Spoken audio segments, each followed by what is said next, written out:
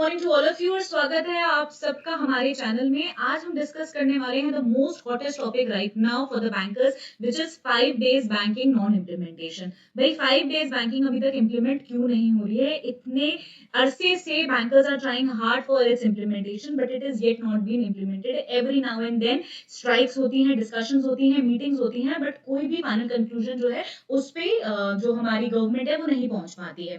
So basically इसके बारे में ना आज हम थोड़ा सा एक डेटा है जिसको हम डिस्कस करेंगे ब्रीफ में।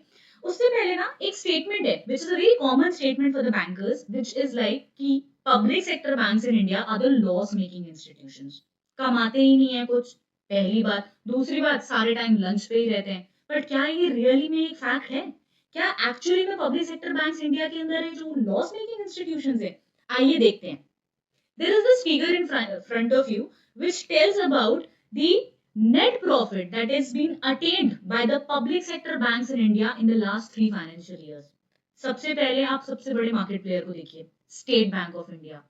टोटल नेट प्रॉफिट जो स्टेट बैंक ऑफ इंडिया ने लास्ट 3 फाइनेंशियल ईयर्स के अंदर क्यूमुलेटिव डिक्लेयर किया है, that is 1.82 lakh crore. Yes, that's the figure, 1.82 lakh crore singly state bank of India ने इतना अमाउंट डिक्लेयर किया है।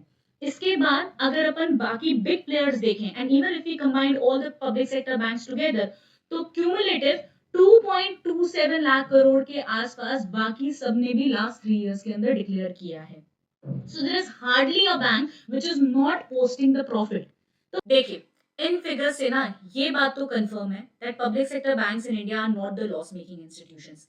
इनफैक्ट ये नेशन बिल्डिंग इंस्टीट्यूशंस है जो फाइनेंशियल इंक्लूजन के सबसे बड़े कंट्रीब्यूटर्स हैं।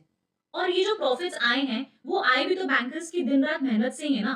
जब बैंक्स इतने फाइनेंशियल साउंड हैं कि एम्प्लॉयज की मेंटल हेल्थ और फैमिली हेल्थ पे कॉम्प्रोमाइज आखिर हो क्यों रहा है?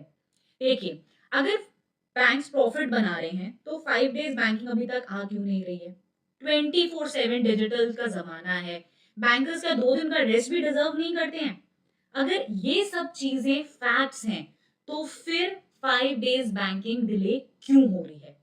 कमेंट्स में डिस्कस कीजिए और बताइए कि 5 डेज बैंकिंग इंप्लीमेंटेशन इमीडिएटली होना चाहिए या नहीं होना चाहिए। We will see you in the next video.